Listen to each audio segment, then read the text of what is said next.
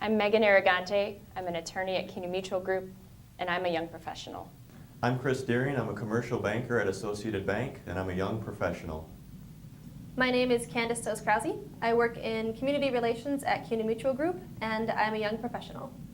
I'm Ben Weismer, a staff underwriter with CUNY Mutual Group, and I'm a young professional. I'm Jenna Weber. I'm a business development coordinator at SVA. I'm a young professional, and our LGM project is ConnectMadison.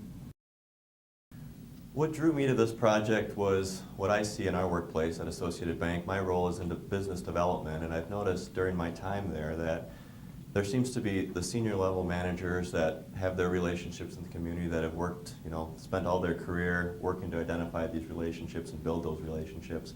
And then there's the younger, emerging leaders of the organization that just haven't yet developed those opportunities yet. So what I've seen is it'd be nice to have a venue for everybody to come together, talk about some of the issues in the community and work that network. So, 20, 25 years down the road, we have those relationships that some of the senior people in our organizations. So I was interested in this project because my first job out of school was at Epic, which is predominantly young professionals. And so I kind of had the idea that this is just how it is in Madison. Lots of young people, very energetic, fast paced.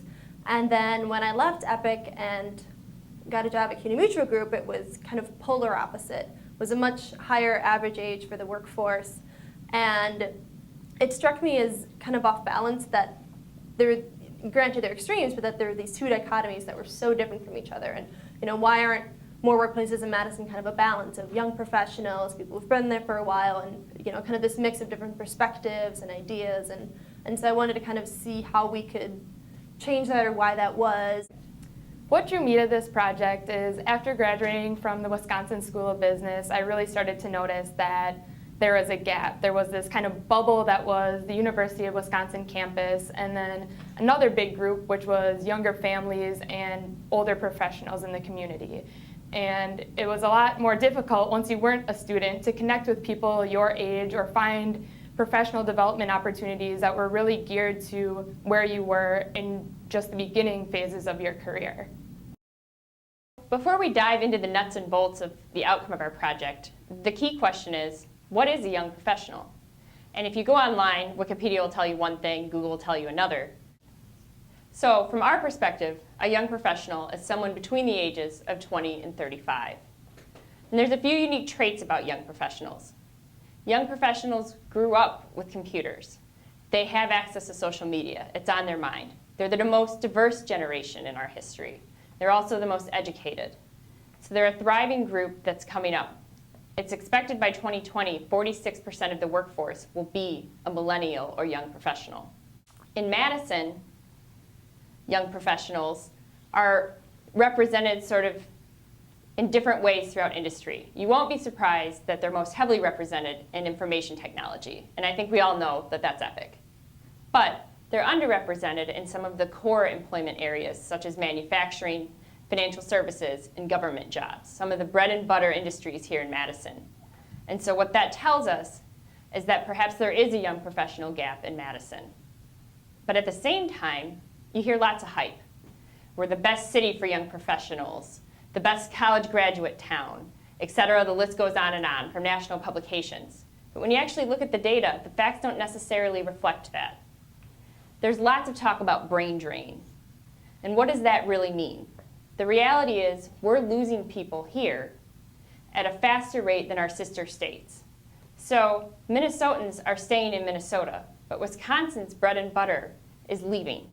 The other thing we find is that culturally there is a disconnect between millennials and the next generation in terms of the workforce. And employers need to start thinking about how can we keep our young professionals. And a big reason for that is that people are retiring. The baby boomers aren't going to work forever. Even with the financial crisis, people will retire. And you'll see a huge absence of workers. And so that's why it's really important to start planning now. And so that's why this group tries to answer the question of, how do we keep young professionals in Madison? So when we came together, we all kind of had the same feeling of, there's something weird about being a young professional in Madison. We don't even really know what that is. Is it a problem? Is there an issue? And we'd like to find out more about it and fix whatever that issue is. So first we thought, big ideas. We're going to figure this whole thing out, study it, gather all this empirical data, and come up with a grand solution. Well, realistically, we're not research people. We don't have those kind of resources or the time to conduct that kind of study. We found some data, but there wasn't anything compelling to say, oh, this is the problem. But anecdotally, we heard a lot of really compelling stories. And that told us that if there was a story to tell or a study to do, it was really on that personal experience. We thought about the different avenues we were exploring in terms of the community piece, the employer piece, or the employee piece. And along the way, we decided to leverage the resources in the community to help us get to our end result. We talked to some great people. Moses Altesh from the marketing department at Edgewood gave us some great ideas in terms of broadening our horizon a little bit and making sure that we don't focus on a specific event and try to gather a tremendous amount of data and then just leave it at that, but rather to focus on an end result. We also talked to Tempo along the way. They gave us some great ideas more about starting the group, maintaining the group, building the group, and just what that entails. Once we kind of decided what our 3 possible directions were, we had met with different people, and one of those was having a focus group. So we just kind of gathered a bunch of our friends and friends of friends, and we had 25 people from 18 different companies in the Madison area who met together for pizza and beer and kind of answered a set of questions to address this issue. And coming out of that, it solidified our focus on the young professional as an individual. So personal development, community engagement, things like that. And we had really good response from the focus group. It seems like a lot of people are looking for the same things that we are and aren't able to find them in the current groups and structures that exist. So definitely looking for professional development, networking, not only with other young professionals, but with executives that are sometimes hard to get a hold of or are too busy or don't see the worth of the emerging leaders. And then also community involvement. So volunteering as a group, doing some skills-based volunteering where you can actually leverage what you've learned in a professional way to help a nonprofit. So when we think about the future vision of this group, we really wanted to focus more on the framework of what the group would look like as opposed to the specific details of the group. We met with a lot of other professional groups in the Madison area, and one of the great pieces of advice that we got from Tempo was to do something. Just go and do. You're never going to be able to get it exactly perfect, and it's going to adapt and evolve organically. So we want to try and start small and learn as we go, grow and adapt to the needs of our audience, and make sure we're always catering to what's most important to the membership of our group. One of the other big things that we're thinking about with the end vision of this project is the group needs to have all of the members have the same level of commitment and engagement. One of the things we've heard that can really hurt the reputation of other professional groups is apathetic members.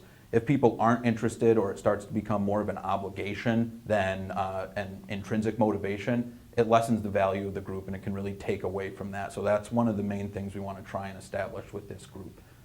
And then finally, one of the guiding principles of the group, as the name says, is to connect people to Madison. So we want to make sure that people feel like they belong, which is going to help them feel more likely to stay in the Madison area.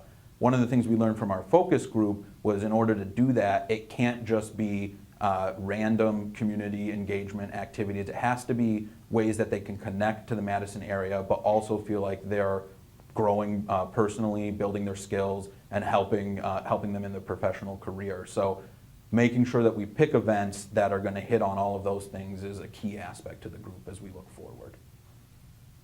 So when we ultimately wrap up our final deliverable for this project, what we're going to have is we're going to have selected the executive team of 6 members to really lead this group on a go-forward basis. We've authored a project charter that's going to allow the members of the executive team to understand what the charge of the group is and kind of what their founding principles will be. And we'll also have laid out several different event ideas and identified potential group members so they can kick the group off, really get it started, and have the first event in the near future. So we've set the framework for a group called ConnectMadison, which is a young professionals group. And one of the big differentiating factors of this group is some element of exclusivity.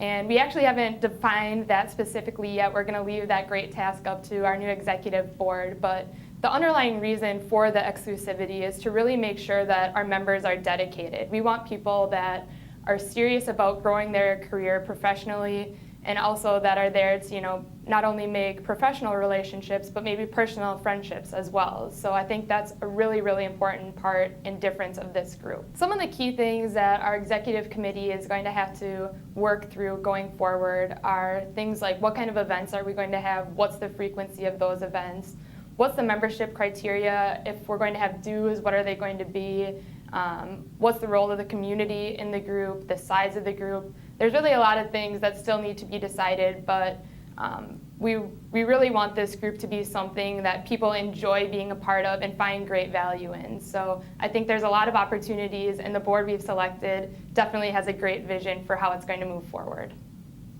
So this group is really meant to be for all young professionals in Dane County and the Madison community. Even though it has an element of exclusivity, like I mentioned earlier, it really doesn't mean exclusive based on careers. So we want to include nonprofits, government, private sector, public sector, really anyone that fits the developing leader criteria and fits in our age group. We'd love to have them.